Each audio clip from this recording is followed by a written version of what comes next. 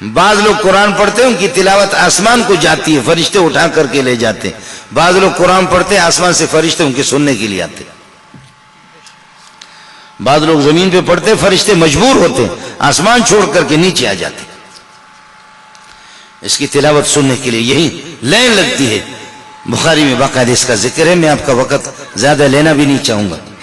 میں ایک جگہ ایک پروگرام میں گیا تو ایک بچہ قرآن کی تلاوت کر رہا تھا. ہم لوگ بیٹھے فروٹ کھا رہے تھے، مولوی لوگ پیٹ کی خدمت کر رہے. بچہ قرآن ایسے پڑھ رہا تھا، اس نے پاگل بنا دیا لوگوں کو.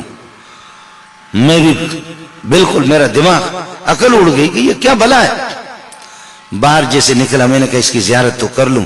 ہمیں پتہ ہوتا ہے کہ آدمی قرآن کس طرح. میرا گلا بیٹھ گیا، میں آپ کو قرآن سنا لیتا. ہوا یہ کہ باہر نکلا تو میں نے دیکھا کہ وہ مجھ سے بھی رنگ میں زیادہ کالا ہے.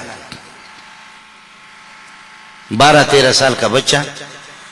جب وہ فارغ ہو گیا اس کو میں نے بلایا، بچہ آپ نے کیا پڑھا ہے؟ کہا کہ جی استاد جی میں نے حفظ بھی کیا اور سبع عشرہ قراتیں میں نے پڑھی. اب سبع عشرہ یہ جتنے بڑے بڑے مولوی ہیں یہ سبع عشرہ نہیں ہے، کوئی بھی نہیں. یہ 21 عشرہ 22 عشرہ ہے، کوئی ان میں سے سبع عشرہ نہیں ہے. سمجھے؟ وہ جامع گزرا یا دوسرا گزرا، قاری سیف الناس کوئی بھی نہیں ہے. سبع عشرہ مشرہ کچھ بھی نہیں ہے. 4 سال میں ظالم نے حفظ بھی کیا ہے اور سبع عشرہ کی قراتیں. پھر میں نے ان کے استاد سے پتہ کیا کہ یہ ہے کیا، یہ کہ جادوگر نہیں ہے.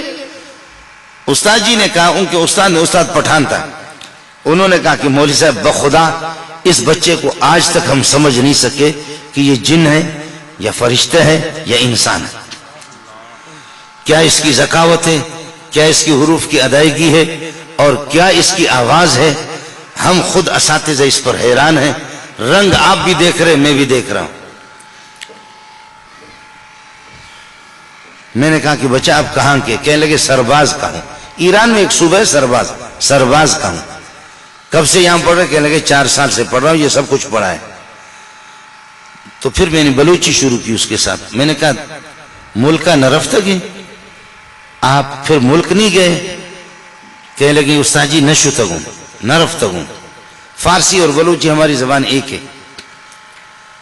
جی نرفتگوں. میں نہیں گیا. میں نے کہا کیوں نہیں گئے؟ خاموش. میں نے کہا کیوں نہیں گئے؟ خاموش. پھر میں نے کہا کیوں نہیں گئے؟ میری حماقت بھی دیکھو، اب اصل بیوقوف تو میں ہوں، سمجھ نہیں رہا ہوں. کیوں نہیں گئے؟ تو میں نے دیکھا اس کے آنسو آ رہے ہیں. اس سوال کا جواب ان کے پاس نہیں تھا. آخر کار مجبور ہو کر کے دیکھا کہ یہ مولوی الو سمجھتا نہیں ہے. کہنے لگے استاد جی کس کے پاس جاؤں؟ میرے ماں باپ نہیں، میں یتیم ہوں. میرے ماں باپ کی میں نے شکلیں نہیں دیکھی.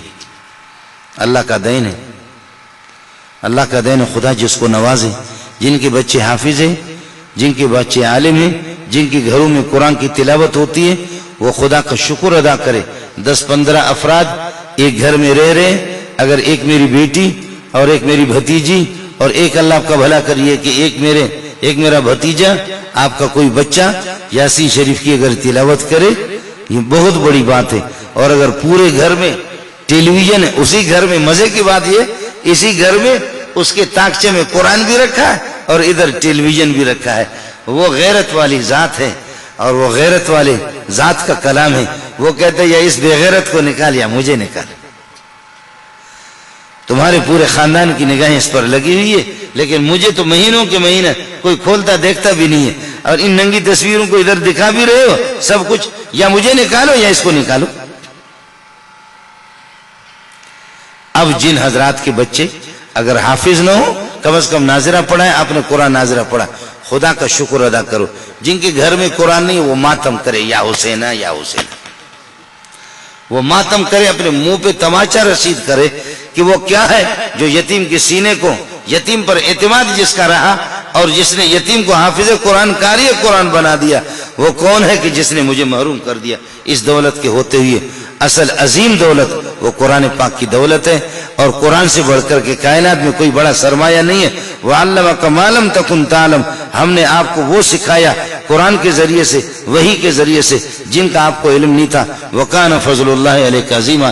اس سے بڑی مہربانی اللہ کی کائنات میں اور بڑی مہربانی ہو ہی نہیں سکتی. یہ سب سے بڑی مہربانی ہے کہ میں نے محمد آپ کو حافظ قرآن بنایا.